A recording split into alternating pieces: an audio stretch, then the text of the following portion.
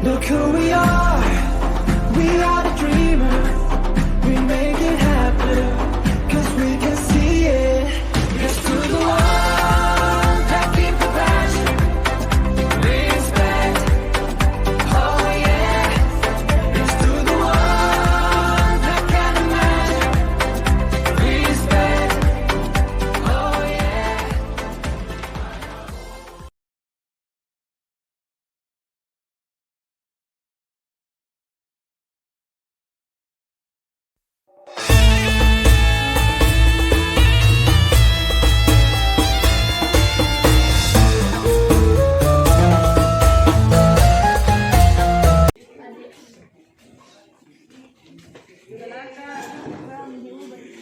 Bismillahirrahmanirrahim. Assalamualaikum warahmatullahi wabarakatuh.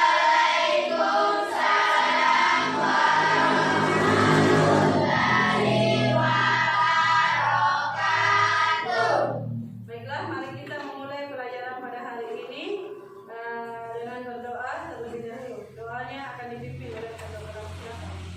Bersedia, berdiri.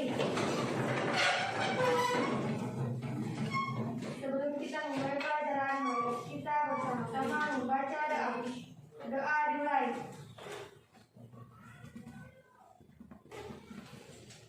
Doa selesai. Beri salam. Assalamualaikum warahmatullahi wabarakatuh.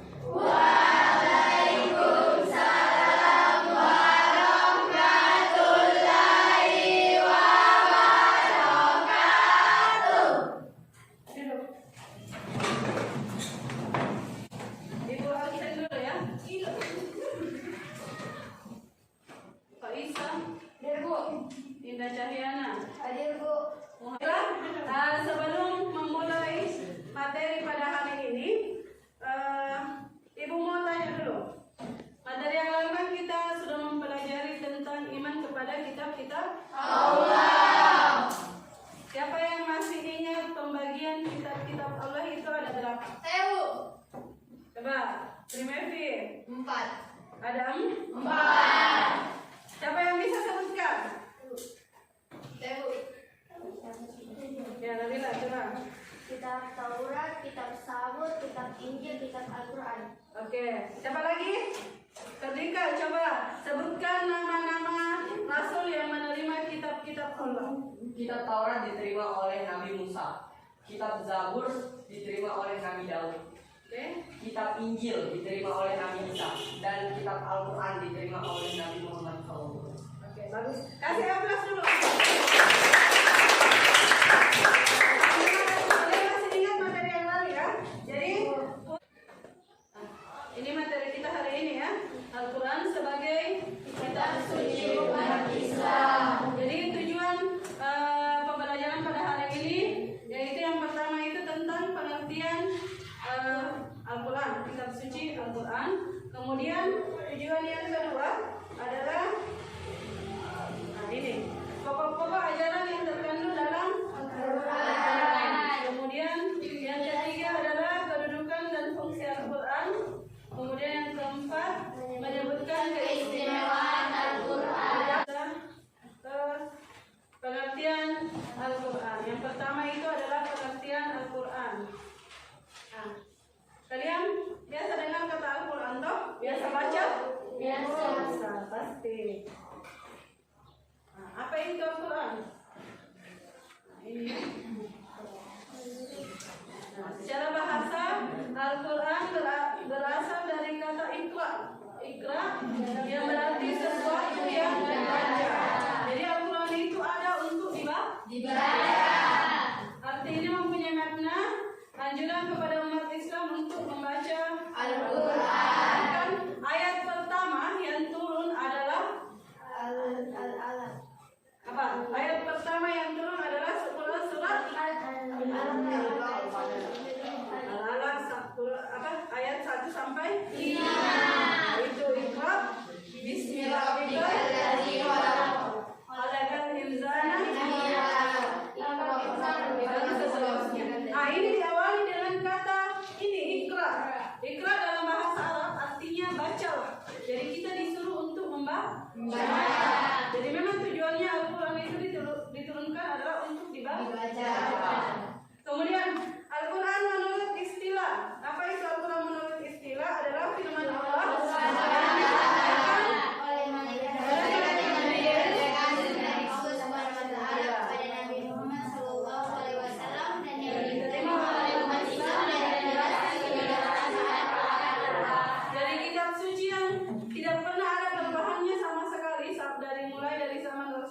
sampai sekarang itu adalah Al-Quran. Ini terjaga kemurniannya, ya. Kalau kitab-kitab lain itu mungkin ada redaksi berbedanya, ya, dari yang awal sampai yang akhir. Tapi dari kitab Al-Quran ini sudah dijamin dijamin kemurniannya.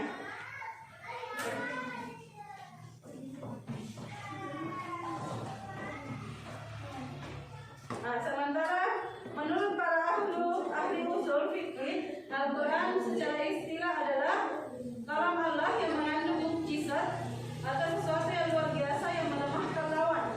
Kemudian diturunkan kepada Nabi penutup, yaitu Nabi Muhammad SAW melalui malaikat Jibril, tertulis dalam satu mushaf dan diriwayatkan kepada kita secara mutawatir. Membacanya dinilai ibadah dan dimulai dari surah Al-Fatihah dan diakhiri dengan surah An-Nas.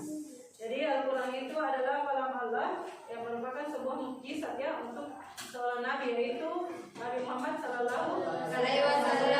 Jadi mukjizatnya Nabi Muhammad SAW itu bukan hanya mengeluarkan air dari jemarinya, ya, tapi Al-Quran ini juga merupakan mukjizat untuk Nabi Muhammad.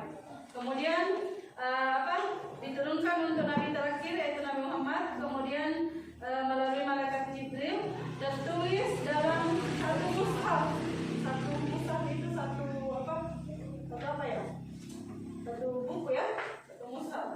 Kemudian diriwayatkan kepada kita secara mutawatir. Apa artinya secara mutawatir? Itu artinya secara tidak serta-merta semuanya diturunkan secara langsung, tapi secara berangsur-angsur. Ini sesuai dengan keadaan Rasulullah pada saat itu.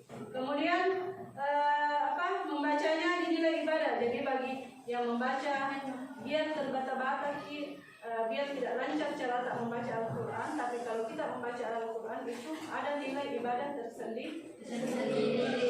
Kemudian dimulai dari Quran surah Al-Fatihah dan diakhiri dengan surah An-Nas. Jadi ayat surah pertama yang pertama kali kalau kita buka Al-Quran itu adalah surah Al-Fatihah dan diakhiri dengan surah An-Nas. Oke. Nah, berdasarkan definisi di atas, setidaknya ada 5 faktor penting yang menjadi faktor karakteristik Al-Quran atau ciri khasnya Al-Quran. Yang pertama yaitu Al-Quran hanya diberikan kepada Nabi terakhir, yaitu Nabi Muhammad SAW. Kemudian Al-Quran itu adalah sebuah mukjizat. Jadi mukjizat itu bukan hanya sebuah bukan hanya sebuah seperti tongkatnya Nabi Musa yang bisa membelah lautan, ya, atau tongkatnya Nabi Musa yang bisa berubah menjadi ular besar. Bukan hanya seperti itu, tapi Al-Quran itu juga adalah sebuah mukjizat. Karena sampai sekarang tidak ada manusia yang bisa menandingi ini Al-Quran, keindahan kata-katanya Al-Quran, ya. Kemudian yang ketiga, diriwayatkan secara mutawatir atau secara berangsur-angsur. Kemudian bagi yang membaca, satu huruf membaca Al-Quran itu mendapatkan pahala. Oke. Nah, pokok-pokok ajaran yang terkandung dalam Al-Quran. Ini ada 5 pokok yang terkandung dalam ajaran Al-Quran. Yang pertama itu adalah akidah. Akidah itu tentang keyakinan kita kepada Allah. Yang pertama tentu itu harus mengesahkan bahwa Allah itu hanya satu. Kemudian yang kedua adalah akhlak. Di dalam Al-Quran juga berisi tentang akhlak. Akhlak itu yang bagaimana? Budi yang baik, yang luhur, ya. Jadi kita sebagai umat Islam harusnya dan hendaknya kita menampakkan budi pekerti yang baik. Kemudian ibadah. Ini dalam Al-Quran juga dikatakan kita diperintahkan untuk beribadah. Ibadah apa yang diperintahkan? Puasa. Apalagi? Dan termasuk ibadah bersedekah. Bersedekah itu ibadah kan? Iya, Bu. Kemudian muamalah. Yang mana itu muamalah? Muamalah itu hubungan kita dengan manusia. Kemudian yang kelima ada sejadah.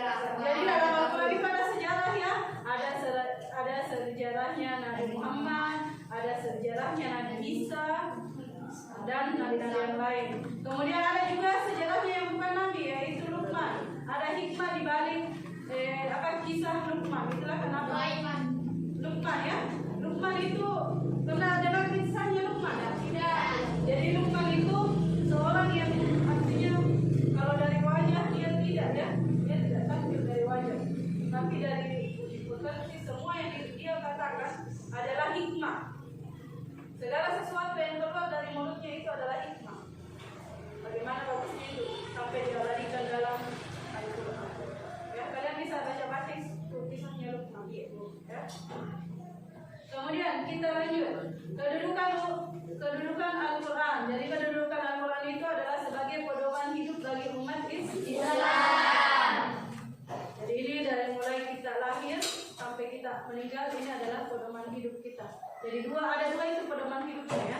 Yang pertama adalah Al-Quran, kemudian adalah hadis. Hadis itu bersumber dari Rasulullah Sallallahu Alaihi Wasallam. Kemudian fungsi Al-Quran, apa fungsinya Al-Quran? Al-Quran itu adalah sebagai petunjuk bagi umat dan muttaqin, petunjuk bagi orang-orang yang bertakwa. Kemudian yang kedua adalah sebagai sumber ajaran pokok dalam agama Islam. Kemudian yang ketiga peringatan dan pelajaran bagi umat manusia. Ini keistimewaannya Al-Quran ya. Jadi kalian ini harus tahu ini apa keistimewaan kitab suci kita. Silakan dibaca ya. Sebentar kita kerja kelompok. Yang panjangnya 4 hasta dan lebar 1,75 hasta. Pilihan beliau untuk mengasingkan diri ini termasuk bagian dari ketentuan Allah SWT. Sebagai manusia baru untuk menerima urusan besar yang sedang menantinya untuk mengubah wajah dunia dan meluruskan garis sejarah. Allah telah mengatur pengasingan ini selama 3 tahun bagi Rasulullah ketika usia beliau genap 40 tahun yang merupakan usia kematangan. Tanda-tanda nubuah atau kenabian sudah mulai tampak. Di antaranya ada sebuah batu di Mekah yang mengucapkan salam kepada beliau. Terjadi ru'yah sadikah atau mimpi yang benar yang datang berupa fajar subuh yang menyingsing. Hal ini berlangsung hingga 6 bulan. Mimpi yang benar ini adalah merupakan salah satu dari 46 tanda. Ibu punya kartu ya, sebuah kartu. Jadi kartu ini sudah ada yang ditempel, beberapa yang ditempel. Jadi tugas kalian ya, ibu akan membagikan ini kartu ini dengan materi-materi yang ada di atas. Tugas kalian adalah mencari jodoh dari kartu ini. Tadi kita melakukan permainan match to match. Bagaimana? Ada yang bisa menyimpulkan pelajaran yang tadi?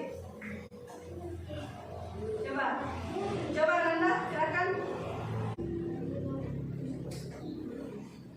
Kesimpulannya adalah bahwa kitab Al-Quran merupakan kitab yang diturunkan Allah Subhanahu wa Ta'ala kepada Nabi dan Rasul yang terakhir, yaitu Nabi Muhammad SAW sebagai penyempurna kitab-kitab sebelumnya.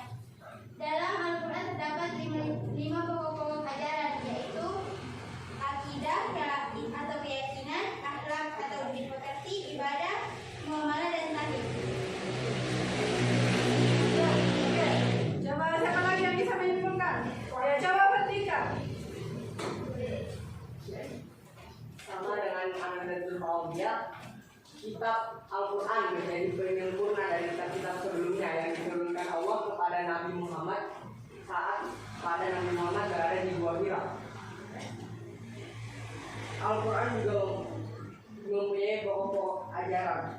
Yang pertama akidah atau keyakinan, yang kedua akhlak, budi pekerti, yang ketiga ibadah, yang keempat muamalah, yang kelima Tarik ya, tarik. Tadi sudah dibahas tadi tentang pokok-pokok ajaran yang ada di dalam Al-Quran. Terkhusus tentang tarik, ibu mau tanya dulu. Karena tadi ibu yang suruh bertanya, tidak ada yang bertanya, jadi ibu yang mau bertanya ya. Coba, Nuraini, apa itu tarik? Tarik adalah sejarah. Tarik adalah sejarah.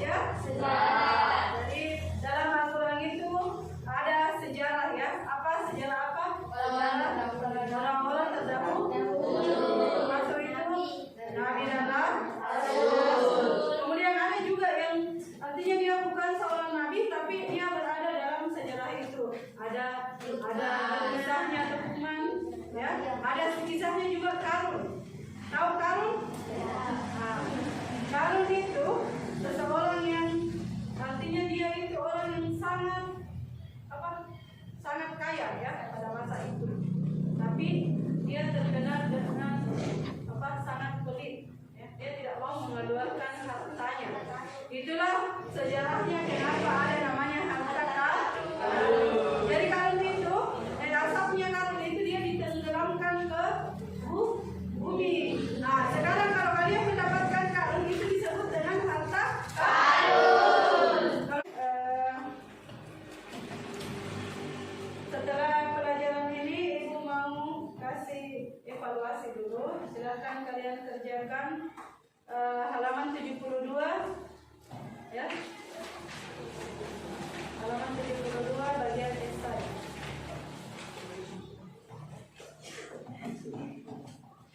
Jadi saya melihat tadi yang tadi ya, melihat pembelajaran yang tadi saya sangat antusias dan terdidik ya. Dia sangat bersemangat mengikuti pelajaran pada hari ini. Kasih tepuk tangan. Oke.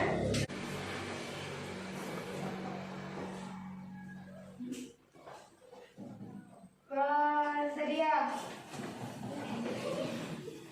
Berdiri. Sebelum kita mengikuti pelajaran, mari kita bersama-sama membaca berdoa dimulai.